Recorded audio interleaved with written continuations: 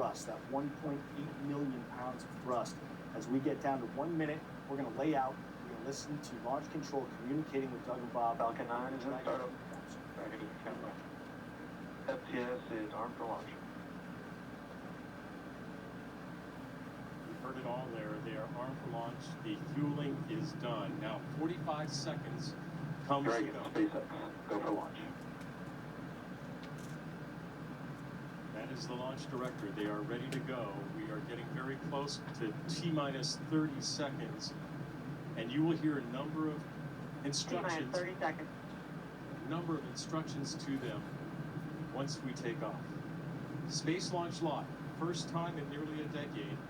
American astronauts on an American spacecraft Stage 1 launching pressing from for flight. American T-minus soil. 15 seconds.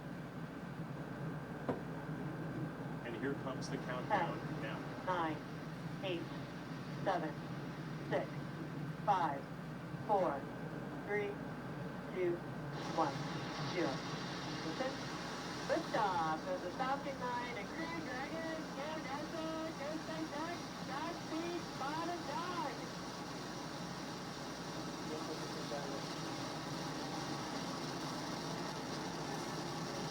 Stage 1 propulsion is nominal.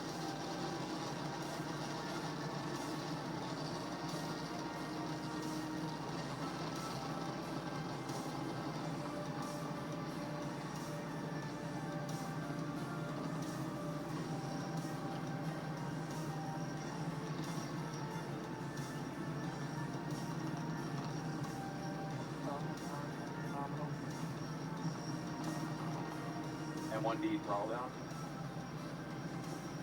The throttle down call is because they are getting ready to the most aerodynamic stressful part of this flight. So they take the power down just slightly.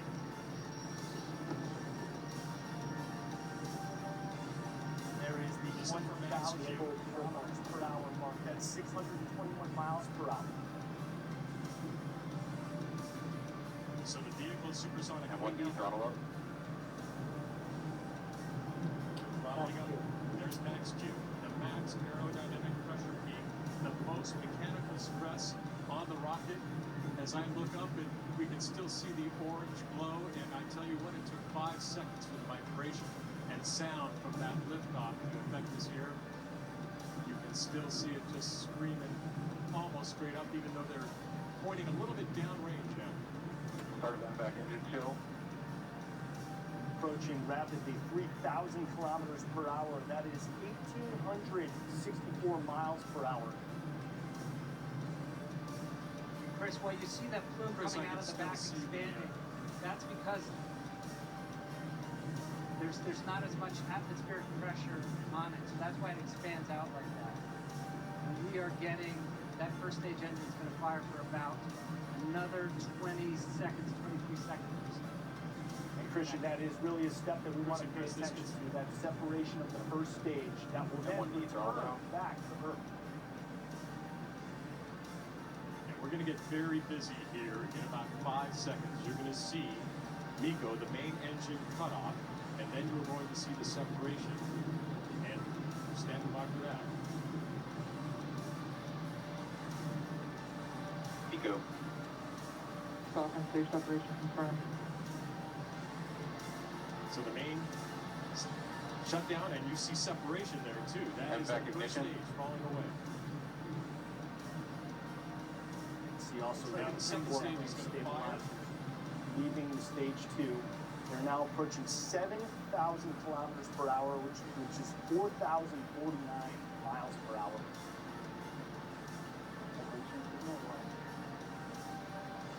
Now the thing to watch now, Chris, is that first stage. It's going to be nominal. That means that's good news. That's the rocket that's still on the Dragon, is doing its job, moving these guys into an orbit that will put about 200 kilometers below the space station. And you can actually see that second photo. It's great to see inside. There's the triple screen of the two astronauts. The Dragon and the Falcon are basically, actually it's the second stage now, are on autonomous power. But Chris, we really want to pay attention to that first stage. As Davenport says, it's a secondary mission, but it sure is cool to watch it land on that ship out in the Atlantic. quickly approaching 8,000 kilometers per hour, which is nearly 5,000 miles per hour. They are really moving. Bob and Doug appearing very, very cool, calm, and collected in the Dragon capsule. Amazing to get that live shot of what they're experiencing. I want to bring in Mike Massimino. Mike, take us through what Bob and Doug are going through. Stage 2 propulsion is still nominal. Yeah, they are so well trained for this, Chris. They've had countless simulations, played everything, every emergency possible. They're just looking and looking and hoping and praying that everything's going well. It looks like it is. I know that first stage we're going to be excited to see that, but the world that Bob and Doug are living in is just making sure that that engine is continuing to burn, that they're still on the right trajectory. All the systems are looking good, and it looks like they are. As we see them just watching, that's probably a good sign. That means all the automatic sequences are working well. We don't hear too much chatter coming from the control center, from MCC. That's a good thing too. Almost to 10,000. And then when you hear that word nominal, go ahead, Mike. I'm sorry. when you hear that word nominal coming, no, it's fine. When you hear that word nominal, that's always good. That's the NASA jargon for everything is A-OK. We're looking good, just like we expect. So we want to keep hearing that for a few more minutes and get those engines cut and get them in space safely. And there's that 10,000 kilometers per hour threshold, which is just over 6,200 miles per hour. And the picture on the right, I have to keep reminding myself that that's a live shot. It looks like the greatest science fiction movie ever produced. It's just so fantastic that the launch was a go today and has been a success so far. Really, really amazing stuff. David Curley, what's the feeling like on the ground? Are you seeing the first stage rocket at all coming back? Not yet. You can see it. It's got about another 3 minutes until it'll do its entry burn, and there are 9 Merlin rocket engines on them. They say everything is normal with their trajectory, meaning they're heading onto the right path to try and get on the effort to catch up to the space station. So you're seeing in the first stage, you can see those grid fins that you mentioned, Chris Jacobs, that will help guide it. But at 8:45, so plus 8:45, coming up in about 2 minutes, you'll see 3 of those 9 engines fire to slow it down. The first stage doesn't have any of that protection when it comes back into the atmosphere. So the way they overcome that is by firing the engines and slowing it down enough that when it re-enters the atmosphere, it won't burn up. And it'll be a 34-second burn of that entry stage of those 3 engines to bring us in. And seeing some of these pictures of Doug and Bob in the capsule is just remarkable. We haven't seen a lot of American Stage 2 astronauts propulsion is still good. And just to clarify, that picture on the left is the Stage 2 rocket propelling the Crew Dragon capsule. The picture on the right is actually the Stage 1 Falcon 9 rocket returning to Earth. So those are actually moving in opposite directions as we pass the 15,000 kilometers per hour mark, which is approaching 9,400 miles per hour. You know, Chris, SpaceX would love to get this booster back, and as we mentioned earlier, they learn a lot when they get these rockets back and take a look at it, but it is secondary. That's the picture on your left. The second stage, as Massimino said, that's what you want to burn. You want that burn to go exactly as it should on the right trajectory. This was an instantaneous launch. They had to go at the right time. There's your start of your entry burn on the right. You're seeing it. It's a little bit early, but they're coming. Falcon 9 rocket is So this is the hot, burn. This slows it down. This will go on for about 35 seconds, as I mentioned, just to slow it down. And if you watch those grid fins, you can start to see them kind of move. And that's what keeps this, as we heard earlier in one of the pieces, you know, landing a pencil, that's what keeps it north and south or up and down as it's coming down back into land. And it is landing on a drone ship in the Atlantic. Start to move. Nearly 22,000. So that burn is over. The next thing we're going to see, terminal guided. we will see that at 9:27 plus, everything's good, they say. Those are the reports from Mission Control. So coming up in about a minute, we'll see the final burn. And as Davenport has told us before, you don't always get to see the landing because you got a camera that's getting shaken, and this is a rocket launch. It's coming back to, or you lost the picture. That's kind of what happens. And there's the 25,000 kilometers per hour, which is 15,534 miles per hour. So again, continuing to accelerate as they make their way to And orbit. back throttle step. And back shut down. There's the second stage engine cut off right there. And that would be That's jettisoned good news, soon Chris. as well. That means that they've got their. Nominal orbital insertion. There they go. Launch escape system is disarmed. That's great news. And that's even better news. So they're in the orbit they're supposed to be in. They have just de-armed the escape system. They are where they're supposed to be at the right time.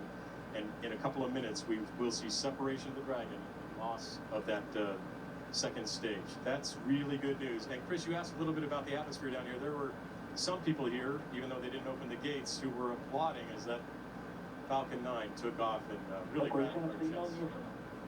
And it looks like Falcon 9 has returned successfully to that drone ship. Just amazing, amazing technology that quickly, in under 10 minutes, that Falcon 9 rocket has propelled Doug and Bob into orbit and has returned safely to its drone trip. I mean, hats off to SpaceX for developing that technology. Truly incredible.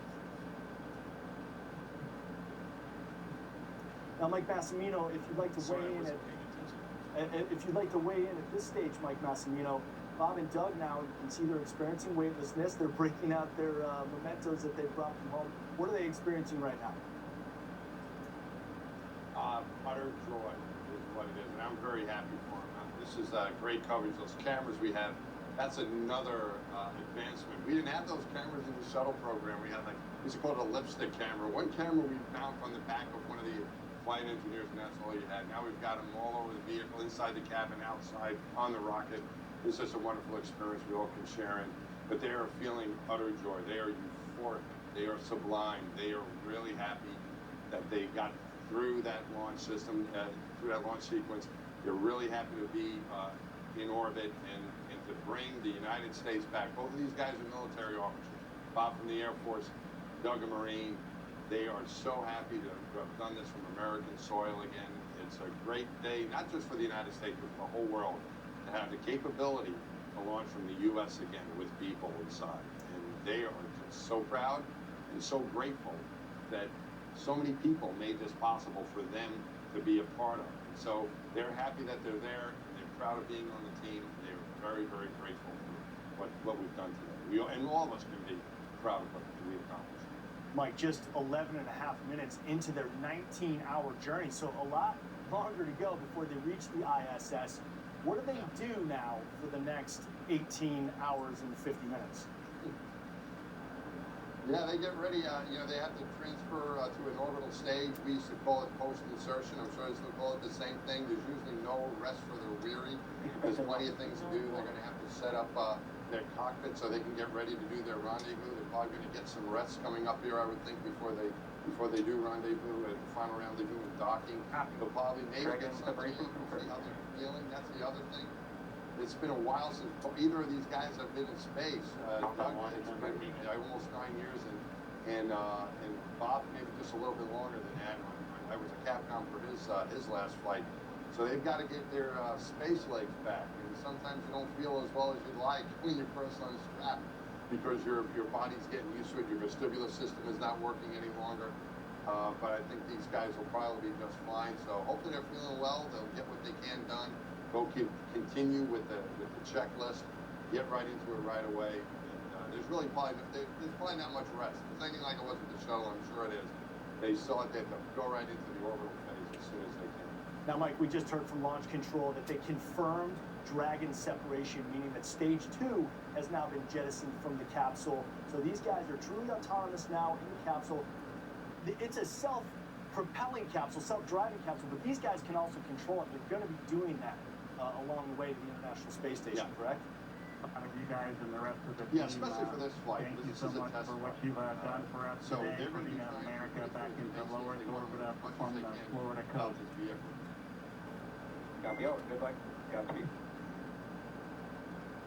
We just heard Doug and Bob communicating with Launch Control, giving them their thanks.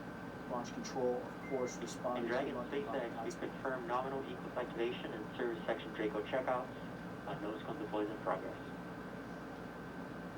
Now, they mentioned that Chris, the I can tell you, nose cone report there is in progress. The nose cone will actually open up, and that will help them with navigation on their way to the ISS. I'd like to bring in Adam Savage. I know he is chomping at the bit to get in on this. He is our resident space nut on our team.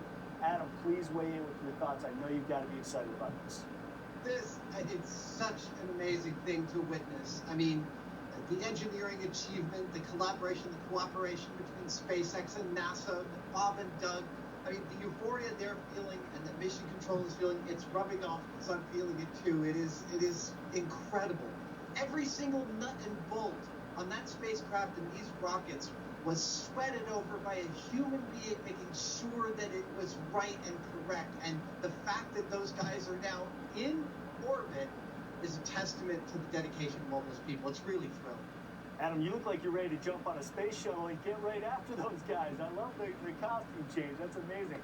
I also Send want me to in, bring Coach. I'm ready to go. You are ready, man. You are no longer on the bench. You are on the starting lineup. All right, I want to bring in Mark Rover, who I'm sure wants to weigh in on this too. Mark, your experience as a NASA engineer gives you unique perspective on this. Please tell us your thoughts. I mean, I feel like I've had chills for like a solid 2 hours. I know what it takes. Like Adam said, every nut and bolt. There's every little detail of that. It's just, it comes together as an amazing engineering feat. But it's also just like a symbol, as far as I'm concerned, for not just the nation, but the world of just like hope and progress. I feel like at a time where the world could use symbols of amazing progress and hope. So, like, congratulations to NASA and to SpaceX. Congratulations to those astronauts, but also congratulations to humanity. Like, we will be a spacefaring nation, and this was an important step. Very well said, Mark. And I understand that Bob and Doug have opened their visors inside the Crew Dragon capsule. I believe that gives them a view. Mike Massimino, I want to bring you in because you're the only one who knows firsthand what they must be experiencing. What are they looking out on right now? Well, the thing you want to do as soon as you get to orbit is unstrap and take a look. If you need to unstrap or look through the window, you want to take a look and look back at our beautiful planet. It is extraordinary. We can see pictures, we can see some high fidelity video, but there's nothing like being there and actually seeing it. When I looked at our planet from space, what I thought to myself was, this must be what heaven looks like. It is an absolute paradise. And you can look and see the blackness of space in the other direction. We've checked out the neighborhood. We realize we only have this one option. It's very fragile. You see that thin atmosphere.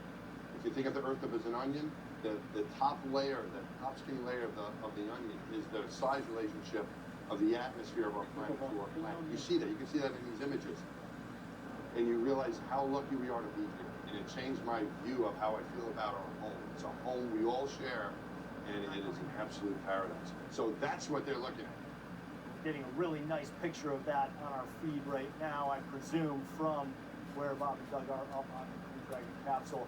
David Curley, please weigh in. Give us a sense of what it's like down there at Cape Canaveral. I mean, of course, relief, major joy. What's the feeling like right now? Yeah, it's all those things and more, Chris. I mean, with the anticipation Wednesday and then the scrub and then the forecast being, we're probably going to have to go another day.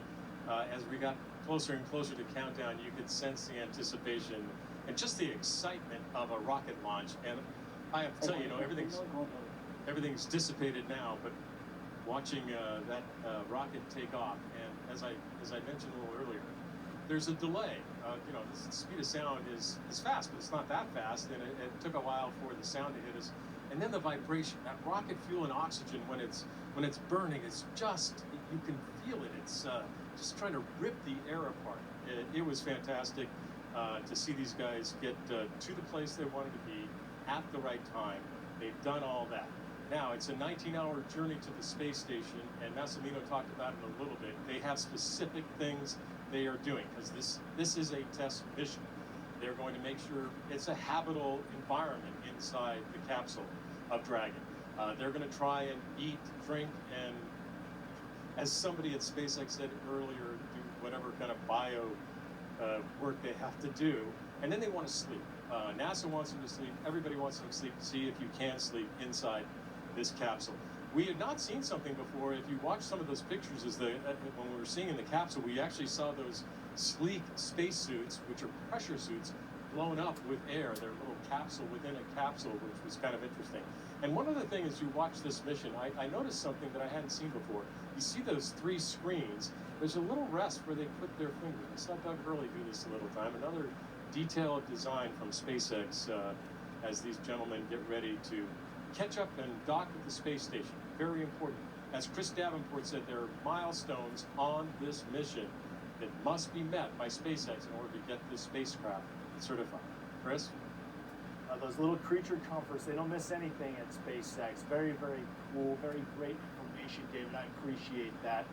It's hard to believe this went off so well. I'm so happy, so excited. I want to bring in Adam Savage once again. Adam, now you're wearing your replica orange suit that Mike Massimino wore on his way to the space shuttle, and I understand your suit is so accurate, you even replicated what was in Mike's pockets. Is that true? Not only what was in Mike's pockets, but I was texting him on a daily basis as I was finishing this suit, asking, where did the flares go and what kind of Sony micro recorder was in there? And he was sending me links and sending me some of his handwritten lists from his launch as to where the things were distributed. Right, well, Mike, weigh in on that. Tell me about, first of all, those extra large gloves that we just saw Adam modeling that you actually wore with your suit in space. What are those all about? Yeah, so that's great, man. I've been friends for a long time, and it's been a joy for me to participate in some way in some of his projects. And you reminded me the voice recorder. I had that so I could record my thoughts for my family. We had a little micro recorder, and I just sent what I was thinking, what I was doing. It was kind of hard to take notes. You could, but not expensive ones. So we had little micro recorders to record our thoughts. That's what that was about. The flares and all the little detail that Adam put into that suit. I remember I got on my flight notebook and give him all that info. And gloves are very important. You need a good fit because you have to work in them. And when you're in the suit he's wearing is a launch suit, launch and entry suit. You need to be able to move around and do things with your hands inside of the spaceship, as opposed to the big white suit we wear for spacewalking. There, even the glove fit was even more critical because you're in a pressurized glove fighting against that pressure, so you needed a good glove fit. So things like that. You mentioned the little fingertip rests that they have on the touch screens. Your hands are always working, always moving, and when you have inside of gloves, you need a good fit in order to get the job done. And then, of course, add into that weight nominal notes on opening and forward move at Draco checkouts. We're just waiting for TCS to stabilize. During launch control, continuing to communicate with Bob and Doug in the Crew Dragon capsule. Notes on opening and Draco checkouts. Amazing, amazing pictures being sent back to us from up above where they are on their way to the International Space Station. And, you get a sense there of just how large Earth is because they're moving at roughly 17,000 miles an hour while these pictures are being shot. Incredible stuff. And Adam, I actually heard you had a lot to say to Mike about those gloves you were wearing. What's it like actually having that suit on, including those gloves? Well, when I was doing the research on these gloves, I'm also friends with Chris Hadfield, and I asked him about them, and he said, well, there's over a dozen different sizes, and they take astronauts. Apparently, Chris has the size that's absolutely in the middle, the super average size, and he said that Mike Massimino's hands were the casting used for the largest space gloves. And I thought, oh, this is great. And I was interviewing Mike on stage here in San Francisco, and I mentioned that because I thought he'd have something to say about it. And Mike was like, really? My hands are the largest ones at NASA? I didn't know that. I believe Adam is referring to Chris Cassidy, who is the commander of the International Space Station, someone who actually spoke to you on the phone last week. Very heady stuff there. Adam, Mike, thank you guys both so much. Please continue to stand by. David Curley, I believe you have some information for us. What do you got? I got to tell you, NASA is ecstatic. We just heard from the administrator who says he's going to say, I want him to say over the moon, not quite over the moon, even though he'd like to get astronauts to the moon. He said, though, that he is breathing a huge sigh of relief. But he's not going to really celebrate until Doug and Bob are back on the planet. And I have to tell you, we showed the pictures earlier of the astronauts coming out in their suits and doing that little virtual hug with their children. And Elon Musk was asked about, how important is a manned mission versus all the cargo stuff you have done. And he said he even talked to those two boys. Bacon has a 6-year-old, Hurley has a 10-year-old, and Elon was asked, what did you say to them? He said, we're doing our best to make sure they come home safely. And SpaceX, this mission had a lot more weight on it. The president of SpaceX said that even in the work orders that the engineers were doing in the factories that were building Crew Dragon and the Falcon 9 rocket, they had Doug and Bob's pictures on the work orders, so they knew what they were doing here, who they were trying to protect. So this has been a great start. Now we see if the docking goes off without any hitch in about 18 and a half hours from now. They will be flying this capsule a couple of times. In free flight now, Doug Hurley will take control, because this isn't autonomous. It's like a Tesla. You could go anywhere you want to. They'll fly then, and then they'll fly a little bit before they dock to make sure they can take over in case the computers fail. Chris? Thank you very much, Jake and Curly. You know what? Remember this day, because you're going to remember exactly where you were. SpaceX launched their Crew TCS Dragon reconfiguration. into space. We are waiting on May 30th, cabin 2020. environment to stabilize before takeoff. So, right now we're just tracking. what is the next milestone for Elon Musk and his SpaceX team?